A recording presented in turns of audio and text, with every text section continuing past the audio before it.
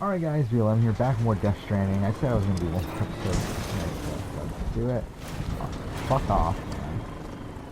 If we get stuck down on this stuff, we just got this truck. Okay. Yeah, we're in part of the game right now. We're in chapter 10. It's really annoying. We have to go all the way fucking across the entire fucking map to go here. Like, we literally spent the entire last episode going from here to here. Mind you, the mountain region was like the biggest pain. Like now we have a van. We should be able to get through this relatively easily, but still, that was a fucking pain.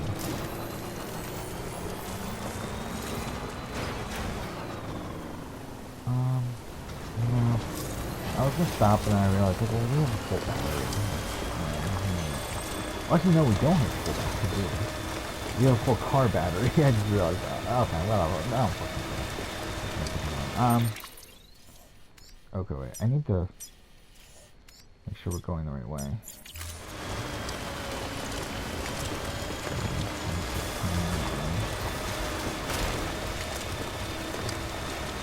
Yeah, cool. I haven't really talked to you about it like a thing.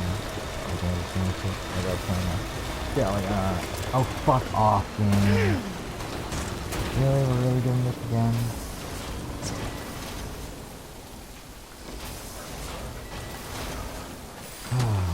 Okay.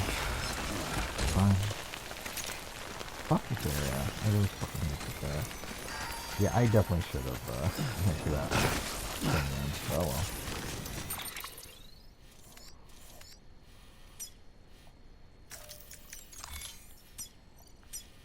So we need to get to this distribution center.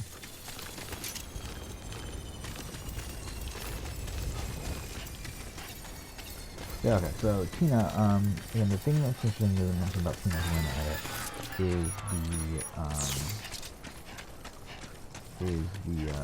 her being completely invisible in the first episode. I think that's the main takeaway from her. She's also obviously the first winner to have a positive edit. She got a mostly positive edit, never really being undermined the entire time. Just giving strategic credit for certain things was also just shown to be a good person. Again, like, she didn't really get any negative content. I do think she, again, has a pretty, I don't know, standard winners at it. Like, I don't feel like I think if you watch that season, you definitely know if the winner is either her or Colby. I don't think you know 100% with Tina. I don't feel like there's any real indication throughout the season that, oh, Tina is definitely winning. Like, there's no, like, super clear, like, winner edit thing there. But, like, just based on the way the game's playing out, you know it's either Colby or Tina. And you would assume it's Colby, just, like, especially at that point in Survivor history. Because, like, obviously we saw in Borneo that Richard Hatch, who had the biggest edit in that season, ended up winning, so you would kind of assume, well, Colby has the biggest edit here, so he probably ends up winning, but that wasn't the case. That's Tina. Again, not really that much to mention about Tina. I'll tell you that. After Tina, we got Ethan. Hello. Ethan's obviously the first, like, hero to win Survivor. I mean, obviously, like, Tina got a positive edit, but I don't feel like she was ever portrayed as, like, the hero of the season. Unlike, like, at least I feel like that was Colby. I feel like Ethan is the hero of the season. I feel like he's the one that gets the most positive edit throughout. I mean, obviously you have people like, Max and Tom, who are probably more people out in front, like in terms of being like standout characters, but again, they also through that they got negativity, especially Lex. Lex is also like the supposed villain of the season. Ethan got a pretty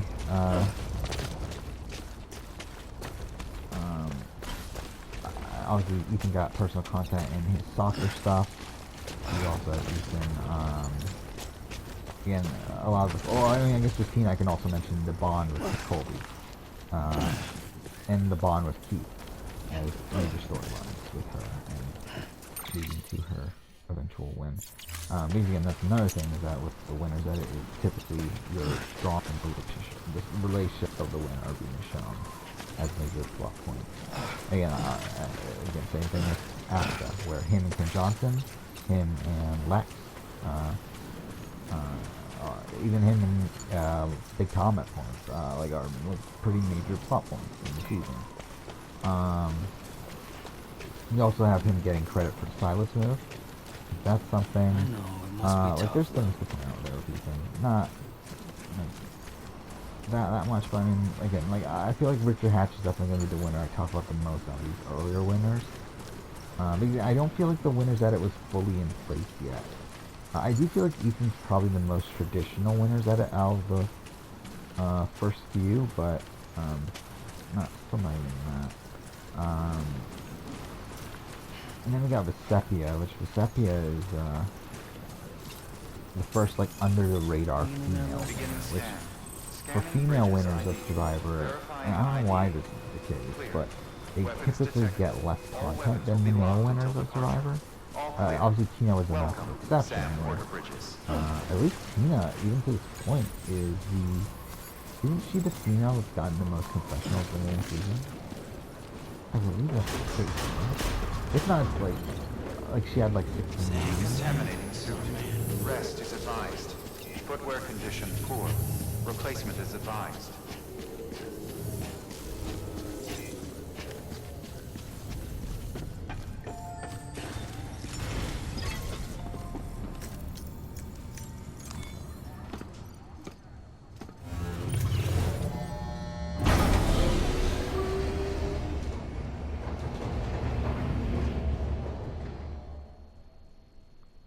Yeah, Vesepia, most on the radar edit so far. Again, she didn't. The thing about Vesepia is that she doesn't really get much content ever. It's like, I mean, she is shown throughout. Like, I don't think there's a single. I could be wrong, but I believe she gets consistent edit. Again, obviously, I'll do more research on this before I write the video. But I believe she gets consistent content the entire season. Like, I don't think she goes an episode without being professional, if I remember right. But she's just never like the main character of the season. Like she's never a major factor on the show. I feel like a lot of that comes from Vesepia as a character, like as a person, where like I feel like they just didn't like what they got from Vesepia. But also I feel like that's also because of her gameplay.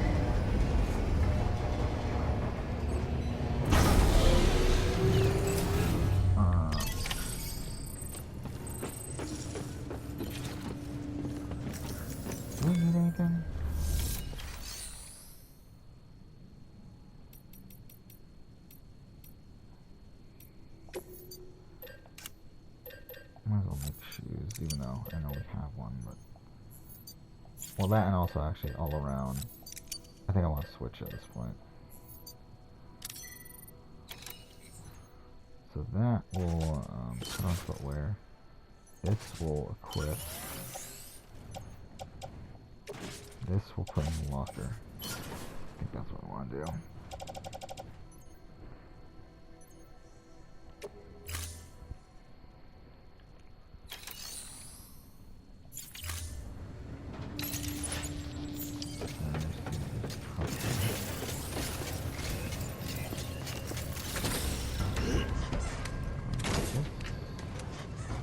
Maybe a trike would have been better. And the problem with the car is the truck is that you get stuck. Keep on keeping. Have a pleasant journey.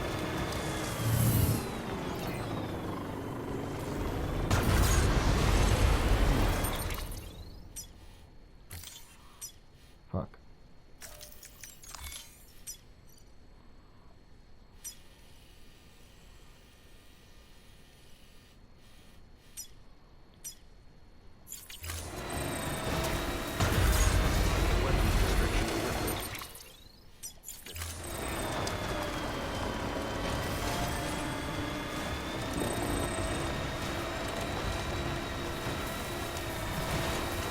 Yeah, Brian Heidick. I feel like Brian Heidick gets a very similar style edit to is Hatch.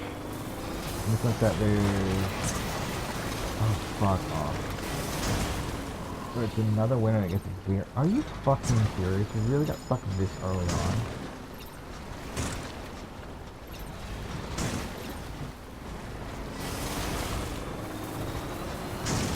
the winner that gets very blatant, that has essentially it's a CPN CPN edit, with complex personality. Okay, this is fucking speaking.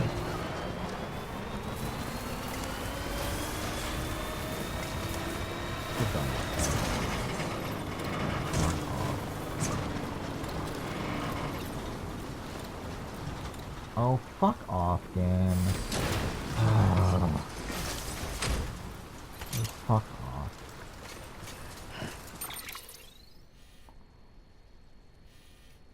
I mean, should I just go on foot? At this point, just fuck it. I don't care. Just go on foot. I should at least head in the right fucking direction now. Okay.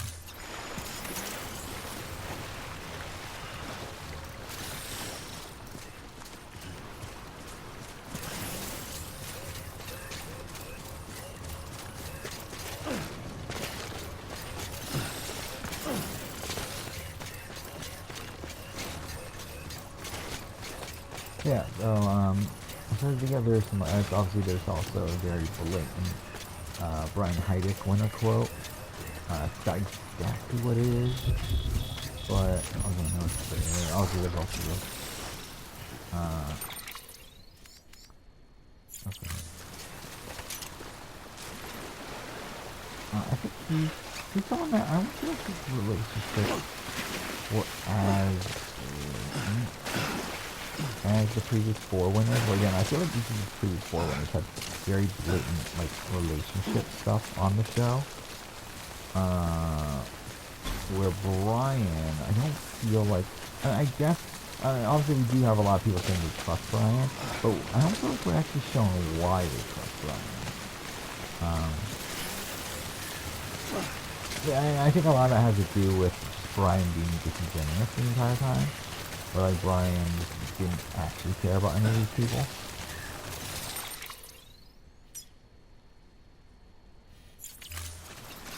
I think that's a major factor.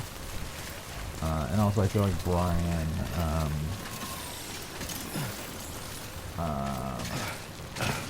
does get some negative content from certain people.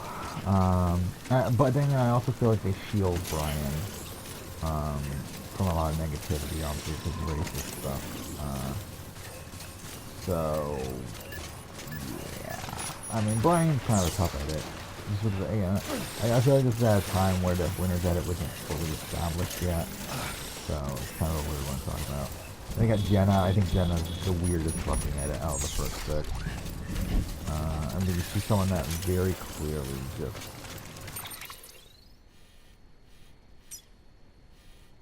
Are there BTs in this area?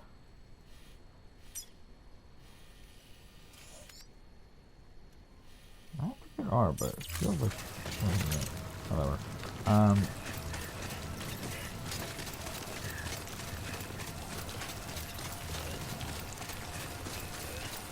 Let's try to get on the road.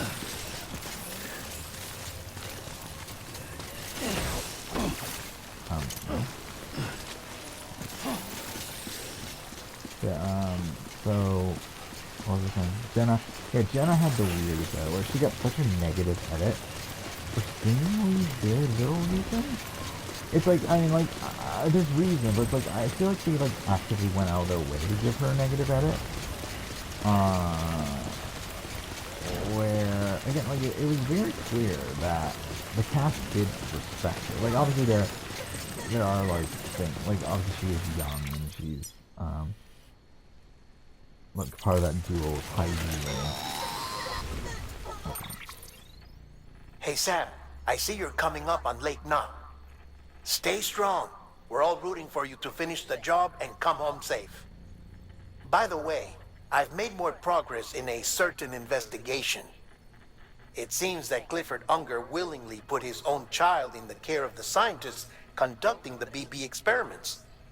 But he did so completely unaware of their true intentions. This is pure speculation, but I think when Cliff found out about their plans, he attempted to reclaim custody. And after he failed, the BB remained in the program's care. In which case, he would have every reason to bear a grudge towards the president, the woman who allowed it all to happen, don't you think? But just because President Strand is dead, doesn't mean his hate died with her. No, I think he redirected it towards Bridges. Towards you and Amelie and anyone close to the director. And now that hate is driving him to set in motion the last Stranding, to bring an end to the world as we know it. Now I'm starting to get tired, by the way. Why else would Cliff hold Amelie hostage on the beach? He Yeah, I have must a know theory that she's an EE. about something. There's no time to lose. You have to save her and see the if I'm right. director. Though I still don't understand how he managed to travel to her beach in the first place. There must be more to their relationship. I'll see what I can find. We'll see if it happens or not. I'll mention if it happens. If it doesn't, then cool.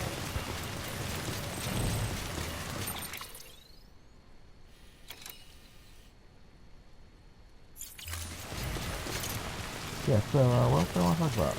So who else is there? So yeah, Jenna, very negative edit. Kind of just a massive outlier, really. Survivor winner edit. It's just a weird one. Then we got Sandra. I think Sandra is another weird one, but I think there's already some of a winner edit there. Though again, it's not a super clear one. I feel like it's another one that's like you're not really gonna get. Like, I think from that season, I was thinking, who the fuck do you think made this? He's like, I mean, the thing about Edric in these earlier seasons was very tough to even analyze either because there was no Edric at that point. So like a lot of the Edric that's around there now for earlier seasons is done in retrospect. So it's kind of a weird situation. So yeah, I mean, like Sandra, I don't really have a good, like obviously she does have a very good premiere in terms of being shown and it's very helpful to the tribe with the bargaining and stuff like that, but I'll say that, I mean, like, you know, and they do hide stuff in the sense that, like, Sandra was going to be the first date, but they don't mention that on the actual show.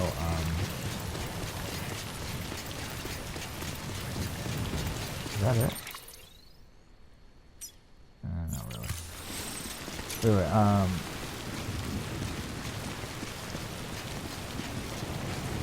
don't know, it's a weird, Sandra's another weird one, especially because like she also rings against Will. Like she's obviously someone that gets in a lot of arguments. Like there's a lot of stuff that happens in Sandra's edit that aren't typical for Winter's edit, but there's things you can't really ignore. Like her getting in fights with a whole bunch of people. Like, I mean, it's such a key that you can't really ignore that, those things. Yeah, obviously she has the anybody but me strategy, or at least claims she has the strategy there, not season, that's something. Obviously a relationship with Rupert and with Krista is a major factor on that season. I mean, and there are some issues of one edit there, it's not very apparent. Then we get to Amber. I think Amber you can see it. I think especially by this Yamdu, but then it's like right before the finale. But even from earlier on, I mean, I think this one, and also another problem with this season too is that it's very hard to get context because these seasons were, a lot of these seasons were spoiled. So because these seasons were spoiled, it's like it's hard to get context of how people really felt about Edric, or who people thought was in it.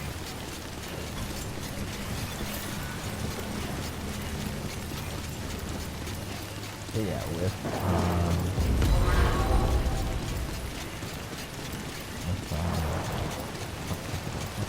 Amber, obviously a lot of the, almost pretty much the entire season revolves around her relationship with Boston Rob. And while Boston Rob is just negative content here and there, I do feel like Boston Rob was a stronger wound up until Lex. I think the Lex stuff started coming in to Boston Rob. But even then, like, I mean, Amber gets some negative content in those episodes. I do feel like Amber's probably another outlier, not again, but it's one that's like direct brain are very tough to assess due to the amount of spoilers that are out there at the time and also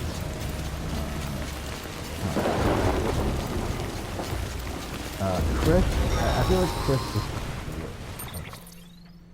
Got a moment, Sam? It's about the director. So there's no way he could have made the jump to Amelie's Beach if they didn't share a strong personal connection, right? Well, I looked, and I couldn't see one. The network should have contained something, anything, but there was nothing whatsoever. His entire life prior to his tenure with Bridges has been redacted. His name, his past, everything. There's no telling who he was. Which led me to consider another possibility. What if it isn't the director and Amelie who have a connection, but the director and Clifford Unger? And what if that connection is what facilitated the director's jump to Amelie's Beach? If it's those two who have a personal history, then it might explain why Cliff is holding the director hostage as well. But even if that were the case, it doesn't answer the bigger question. How the hell did the two of them end up on Amelie's Beach? Sam, Hartman here. There's something else I'd like you to consider.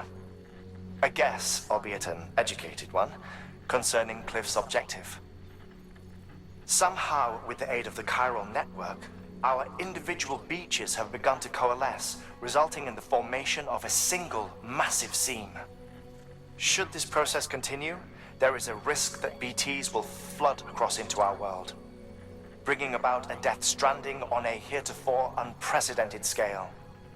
Now, Clifford Unger's battlefields and my own beach appear to be unaffected by this phenomenon, existing entirely in isolation.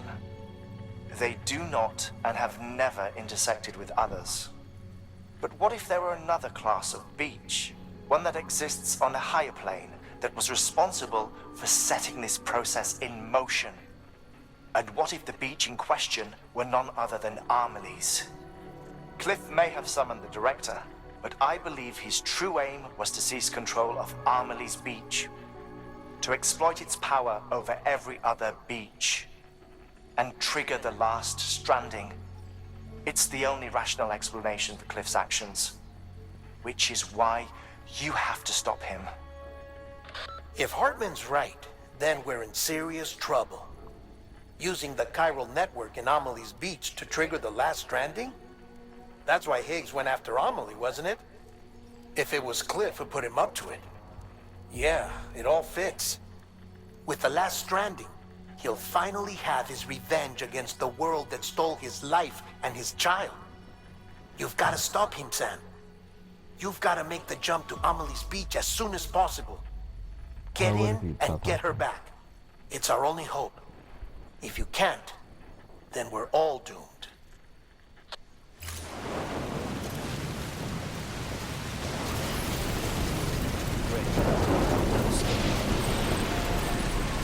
Yeah, quick talk, I feel like there's a few,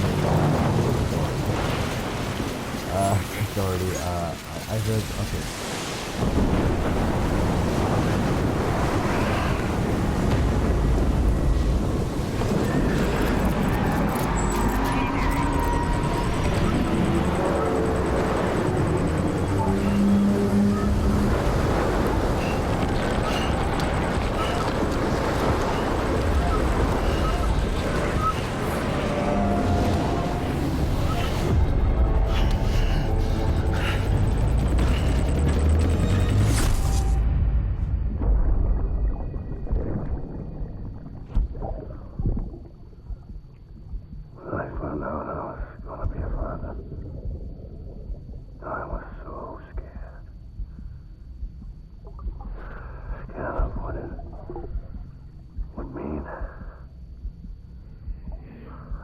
Be there for you, your mom,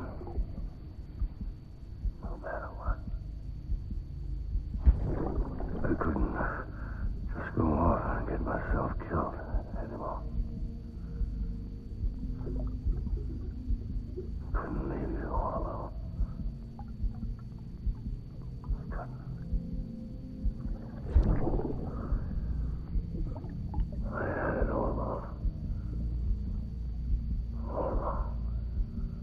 It was a pretty good day for Revenant, all things considering, actually. Your father didn't make me scared. It made me brave.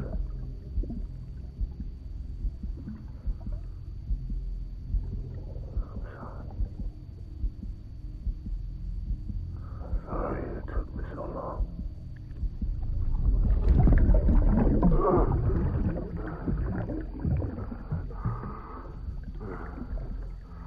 Don't make the same mistake. Be yourself. Be free. Captain, I need you to hand it over. Shoot him, John. Shoot him! I gave you an order. Shoot him!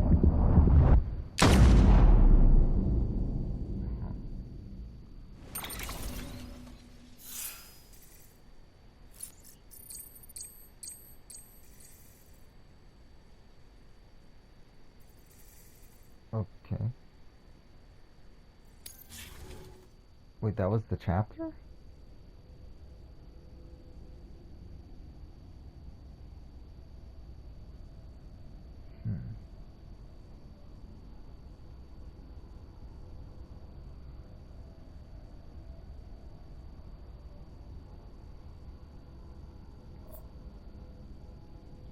I guess we'll continue on. We're only at 26 minutes.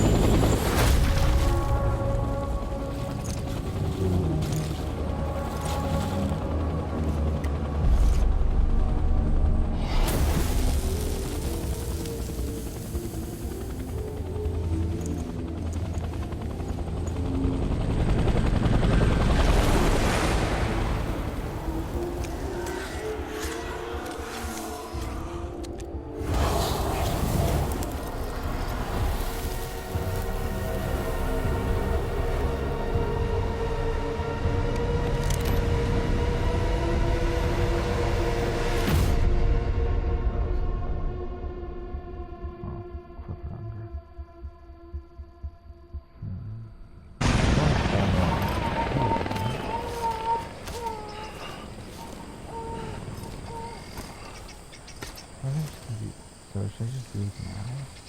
Or wait?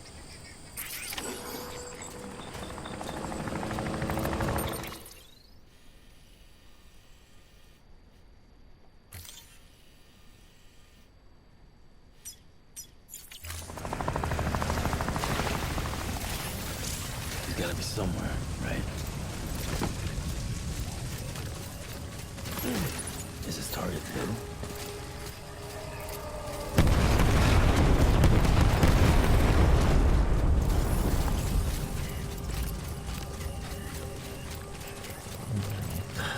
Where are we this time?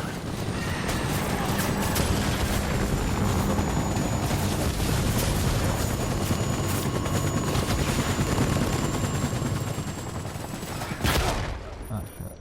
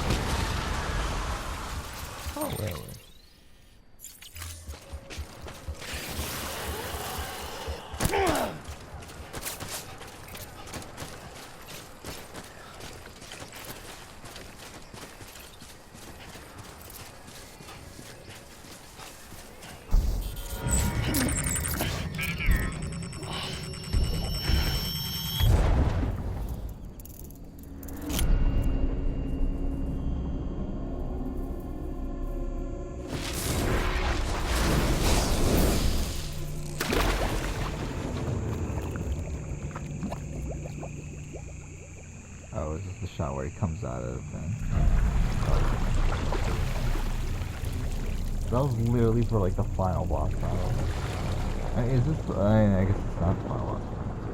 But I think it must be our final fight.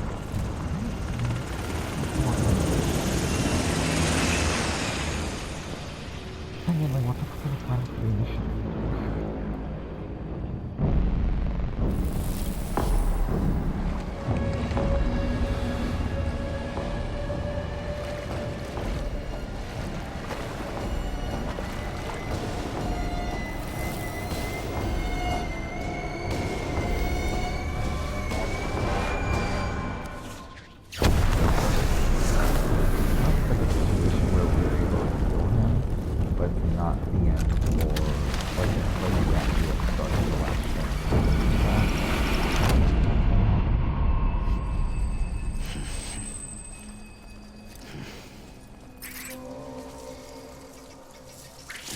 Baby.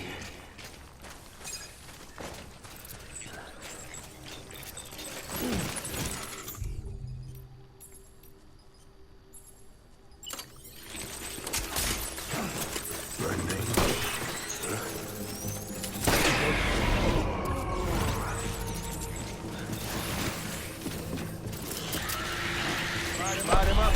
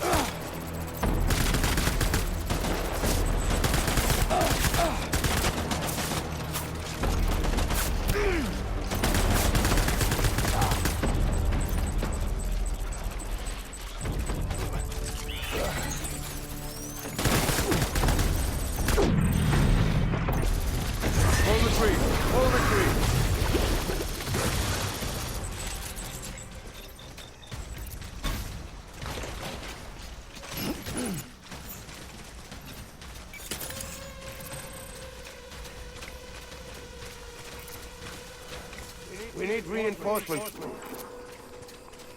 Forward.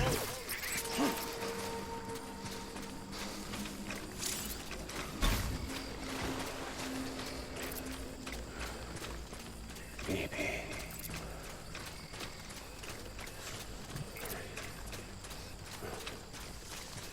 Baby.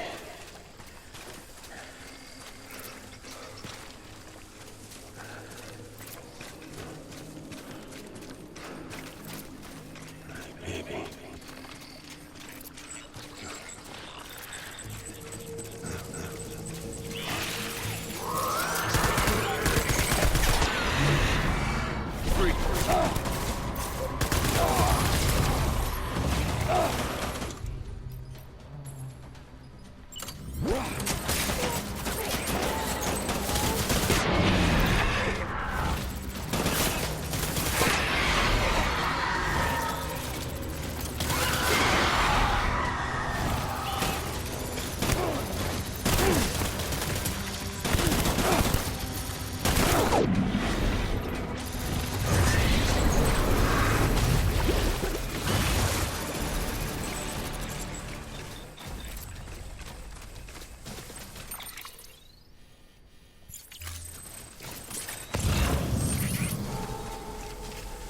We need reinforcements.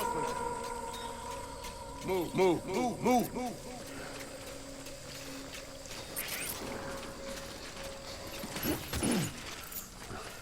Baby.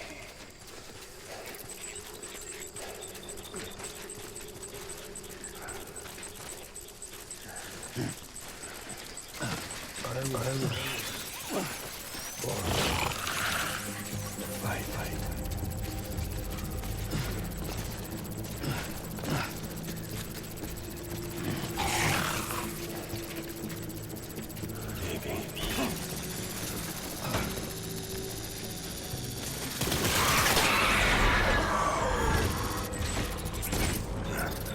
Taking fire!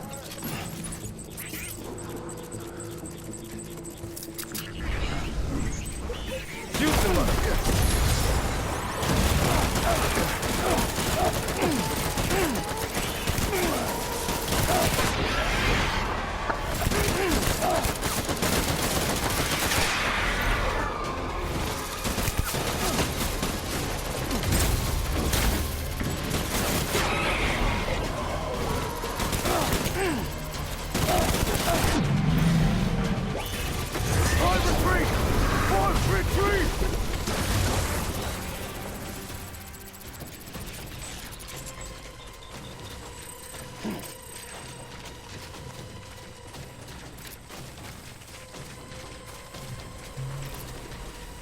We need reinforcements! Go!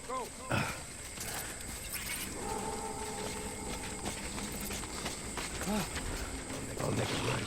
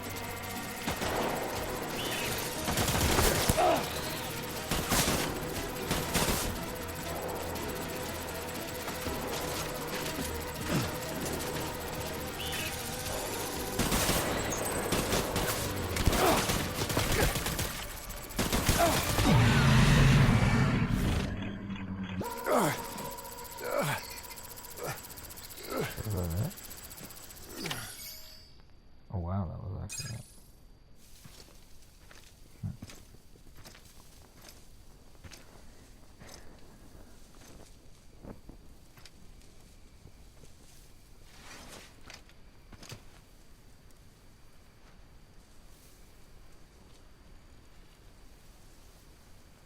Again, this isn't beyond the game, so.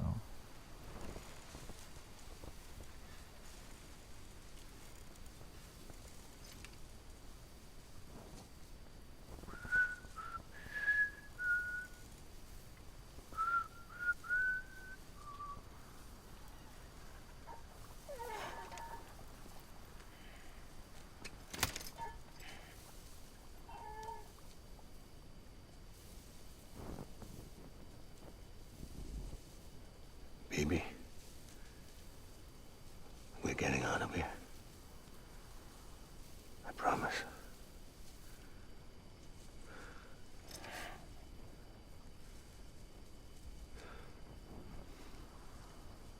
Give me back my baby.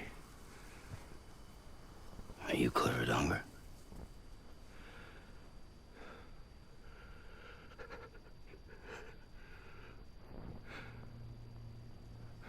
Who are you? Are you the father?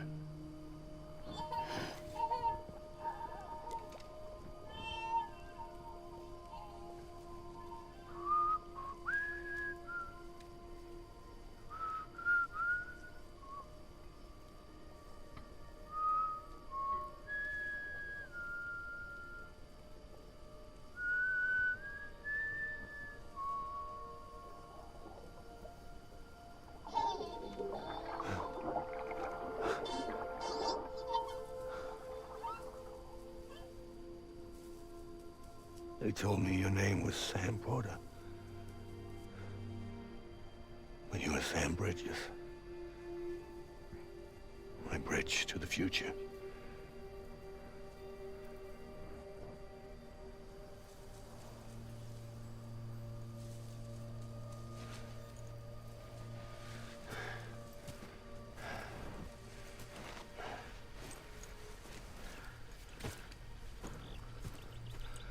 Sam, you bring people together. You're their bridge to the future.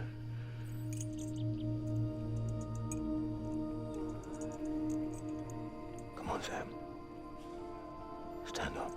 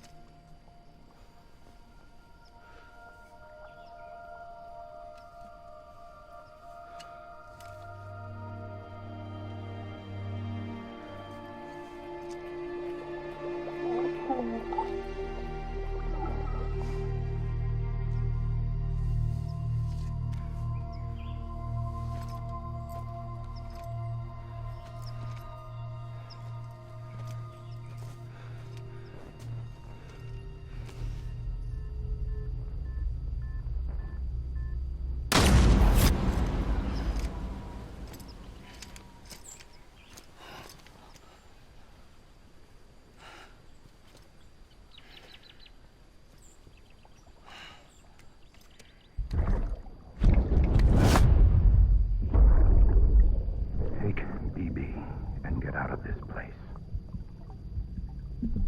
There's nothing I can do for your wife. I'm sorry. Now, if she orders me to do something, I have to do it.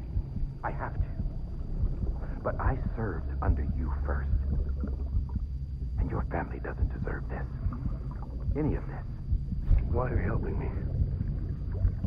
If they catch you. Because you saved my life, sir. Again and again. When the brass sent us into the jaws of hell, it was you that brought us home.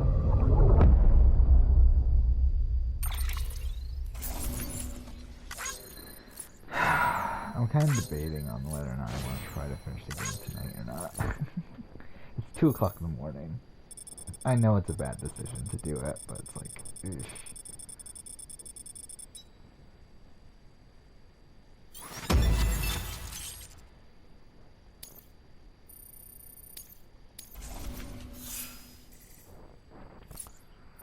I don't know, I might do it.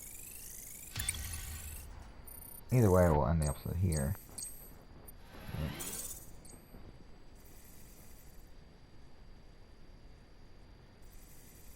But yeah, that's it for this episode. So I think it's a see on chapter 11. Because as I said, I know each chapter's only, from this point on, is only 1 mission long. But either way, that's it. Thanks for watching.